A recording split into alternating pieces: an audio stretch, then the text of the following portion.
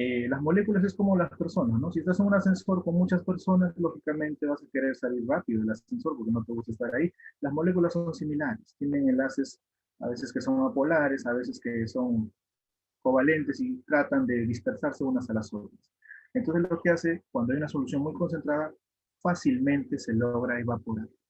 ¿Sí? Fácilmente se evapora y no logra hacer su trabajo específico, que es matar bacterias, porque no permanece un tiempo muy estable en la piel. ¿Ya? Esa es la moraleja. Entonces ya sabemos todo lo que es antisepsia de la piel o tejido orgánico, tiene que ser por lo menos en inyectoterapia a cabalidad de 70 grados la solución de alcohol. ¿Sí? Muy bien. Y finalmente, un material que es muy útil y que a veces descuidamos, me incluye mucho en la lista, es nuestra caja de bioseguridad o algún recipiente que sea confiable para degradar o para juntar, ¿no? Apilar de manera específica, hacer la segregación, este es el nombre correcto, segregar lo que son los punzocortantes. Tan importante es esta pauta, nuestra caja rígida o nuestra caja de bioseguridad. Muy bien. Ahora hablemos un poco de las jeringas.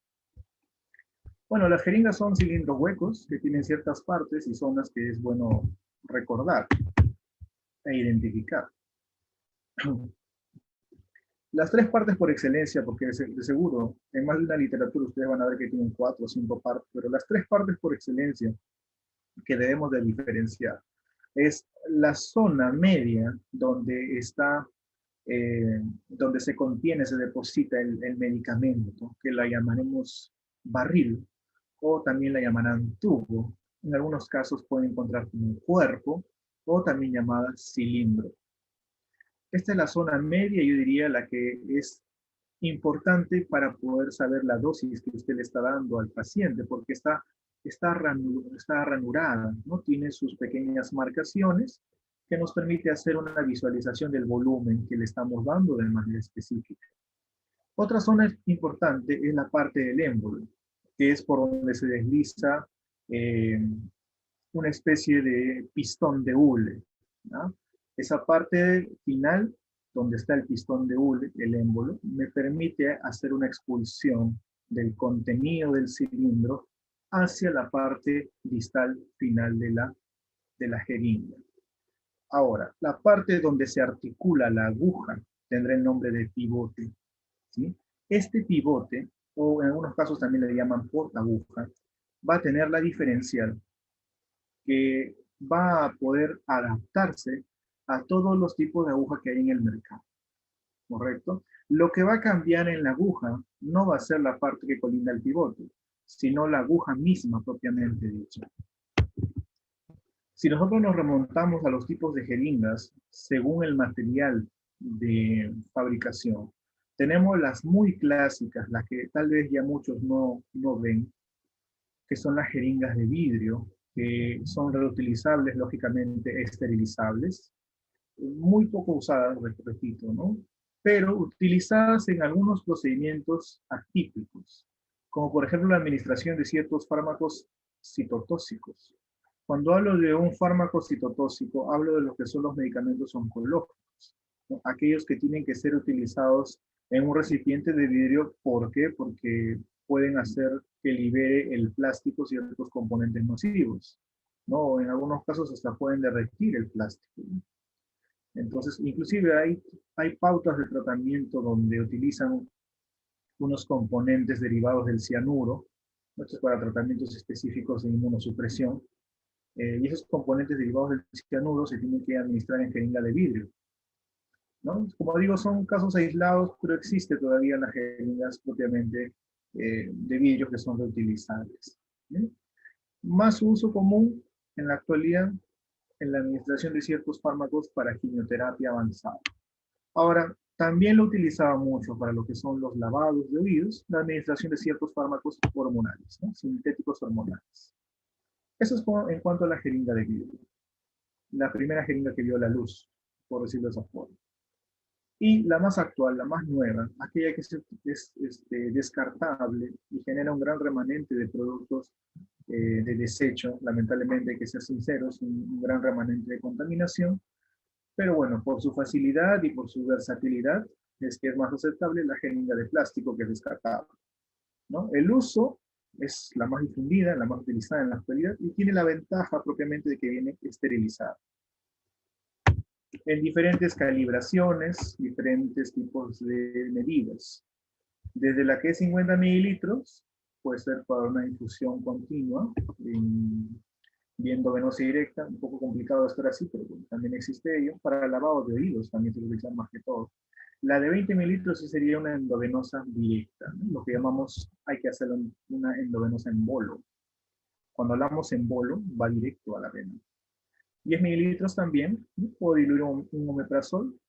Por ejemplo, en la de 20 mililitros puedo diluir un dimidinato, puedo diluir un medicamento, ondansetron, por ejemplo, ¿no? En algunos casos no recomendamos diluir el metamizol en la de 20 mililitros porque a veces puede provocar hipotensión, ¿no? Y que puede cursar con desmayo el paciente. El metamizol se pasa más en equipo de evolutol, más aceptable, ¿no? La de 10 y 5 mililitros son utilizadas para inyecciones intramusculares. Por ahí muchos me dirán, pero licenciado, una de 10 mililitros, ¿cómo va a ser intramuscular? Dios mío. Miren, sumemos. Dexametasona de 2 mililitros. No, clorfenamina de 2 mililitros. Dexametasona también, de 4 mililitros. Metamizol, no, penicilina benzatínica de 5 mililitros diluido. Si hacemos la sumatoria sale más de 5, entonces, con la penicilina reconstituida. Entonces, hay a veces pautas donde utiliza, o el médico te recomienda, ¿no? Administrarle un antibiótico, un corticoide y un antihistamínico, juntos, ¿no? Hay algún tipo de infección bronquial fuerte. Entonces, en esos casos, utilizarías una jeringa de 10, porque una de 5 no te va a alcanzar, ¿no? Te dice, aplícalo intramuscular. Ah, ya. Ese sería un ejemplo, ¿no? Y bueno, la clásica intramuscular es con la jeringa de 5 y la jeringa de 3. Esas son las más utilizadas de intramuscular. Ya las otras jeringas de 1 mililitro son para pruebas específicas a nivel intradérmico, para vacunación a nivel intradérmico, a nivel subcutáneo y a nivel intramuscular, ¿no? Cuando se trata de algunas vacunas. Un dato extra importante de conocer, ¿ya? La palabra jeringa deriva del latín siringa, y a su vez también deriva de un prefijo griego, sirins, que significa tubo. El primer antecedente de la jeringa más primitiva se remonta al siglo IX, en el que el cirujano egipcio Hamar al-Mawaziri, entre comillas se podría decir técnicamente, inventó la primera jeringa, ¿no? Pero no pienses que fue una jeringa como las que conocemos, no. Él utilizó un tubo vidrio de hueco fino y trató de aplicar succión en las cataratas de los ojos de un paciente. ¿Qué licenciado? ¿Estaban tan locos para hacer eso? Claro, es que el ser humano aprendió siempre de lo desconocido a lo que tú ya conoces. Entonces, en un primer momento se hacía ensayo-error con algunos procedimientos. Lógicamente sabemos que no se puede tratar una catarata de esa forma, pero ese fue el primer antecedente de utilizar algún tipo de jeringa primitiva. Ahora, posteriormente tuvo que llegar un arquitecto muy famoso, ¿no? En el siglo XVII, el señor Christopher Wren, que pasó la historia no solo por el diseño de la Catedral de San Pedro en Londres, ¿no? Sino que una vez que estuvo hospitalizado, él lograba imaginarse, ¿no?, cómo es que los elementos que circulan en la sangre son absorbidos, ¿no? El tracto digestivo se absorben a la sangre. Entonces él se dio cuenta de que, ¿por qué no mejor, en vez de hacer que la persona consuma de manera directa los elementos por vía digestiva, ¿no?, ¿por qué no mejor se los damos por vía endovenosa, ¿no? ¿Por qué de frente no vamos a aplicarlo las sustancias que le van a hacer bien directo en la sangre? Porque al final todo va a ir a parar a la sangre. Entonces rápidamente se puso a maquinar. ¿Cómo es que este efecto sería mucho mejor dado cuando usted le mete el medicamento o la sustancia química en la sangre? Producto de esta reflexión fue que él trató de idear algún elemento que pueda introducir rápido los elementos químicos o las sustancias a la sangre. Entonces se le ocurrió utilizar la pluma de un ave, así como lo oyes. La pluma de un ave con la cual fabricó una pequeña sonda rudimentaria, ¿no?, con un bisel afilado para poder entrar dentro de un vaso sanguíneo. Ahora, para hacer la símil de jeringa, bueno, específicamente de la jeringa, utilizó una vejiga de un mamífero pequeño que la logró adaptar a esa pluma biselada afilada. Esta fue llenada de una sustancia derivada de la goma del opio, de la amapola, ¿no? De la amapola sale el opio, que es una gomita color blanco, y de esta gomita se extraen los alcaloides que posteriormente se transformarán en los medicamentos opiáceos, ¿no? Lo que es la morfina, codeína, tetina, clorhidrato, etc. Entonces, él lo que hizo fue llenar agua del grifo, bueno, tal vez agua hervida, porque si fuera agua del grifo, imagínate, ¿no? Y mezcló las sustancias de la amapola, las puso en esa vejiga artesanal, la conectó a la fuente de la pluma biselada, y logró introducir. eh, Primero hizo un experimento con un perro donde le inyectó vino y cerveza, y luego hizo un experimento con una persona ebria, ¿ya? Donde también trató de inyectarle, pero esta vez no le inyectó vino y cerveza. A esa persona, como era un ser humano, le inyectó los derivados de la amapola, ¿no? Los derivados del opio. Lo que logró fue hacer un efecto narcótico y tuvo al borracho durante más de 24 horas dormido. Prácticamente lo analgesió, lo dopó, por decirlo de manera coloquial.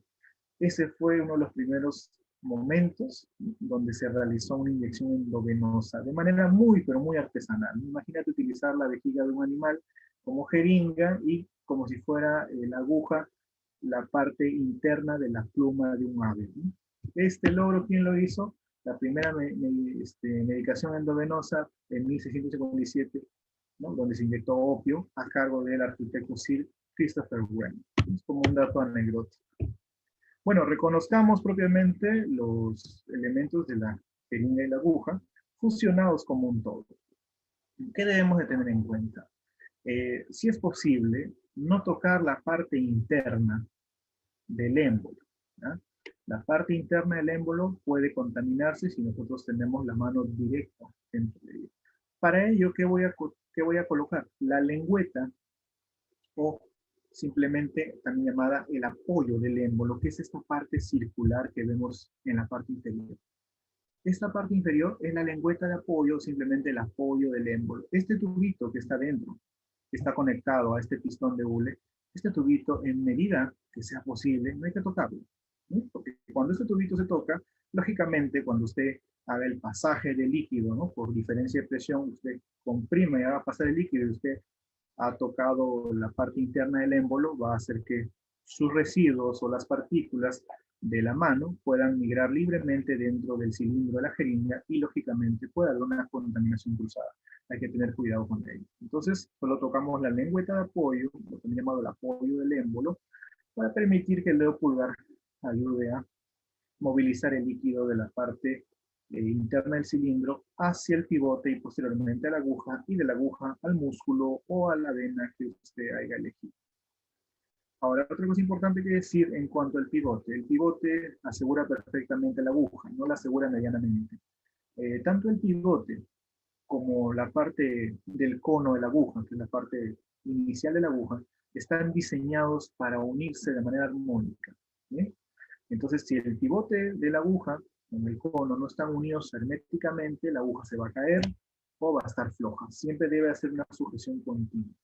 Y cuando nosotros apliquemos alguna inyección, sea subcutánea, sea intradérmica, sea intramuscular, sea endovenosa, la pauta es que el bisel, que es la parte hueca final de la aguja, este bisel hueco de la aguja vaya mirando hacia arriba, ¿sí? Vaya mirando hacia arriba. Esa es la pauta inicial que hay que tener en ese sentido. Muy bien, hablemos un poquito de las agujas, ya que estábamos hablando un poquito de ello. Bueno, las agujas son instrumentos evolucionados, ¿no? A partir de la idea del arquitecto que he mencionado, y que a lo largo del tiempo se han perfeccionado, ¿no? Actualmente tenemos una serie de diferentes agujas hipodérmicas que van a tener calibres de diferente tipo, ¿no? Longitudes muy, muy distables, ¿no? En cuanto a lo que es diámetro y lo que es grosor. Cuando nosotros hablamos de las agujas más gruesas, ¿no? Ahí tenemos la número 18, que es la de color rosado. Y cuando hablamos de las agujas más finas, ya tenemos los números 27, 25, la número 30. Entonces, a medida que vamos subiendo el calibre, ¿no? A medida que vamos subiendo el calibre numérico, vamos afinando el grosor y la longitud, ¿correcto? A medida que vamos bajando el calibre numérico, vamos aumentando el grosor y el diámetro de la aguja. ¿Qué podemos deducir de esta afirmación? Que las agujas, en cuanto a su numeración, en el contexto peruano, su numeración va a ser inversamente proporcional al grosor y la longitud de la misma. Esto quiere decir que una aguja 18 será mucho más gruesa en relación a una aguja número 25 o una aguja número 27 o número 30, serán mucho más finas. Aquí en la imagen me dejo entender con mejor precisión.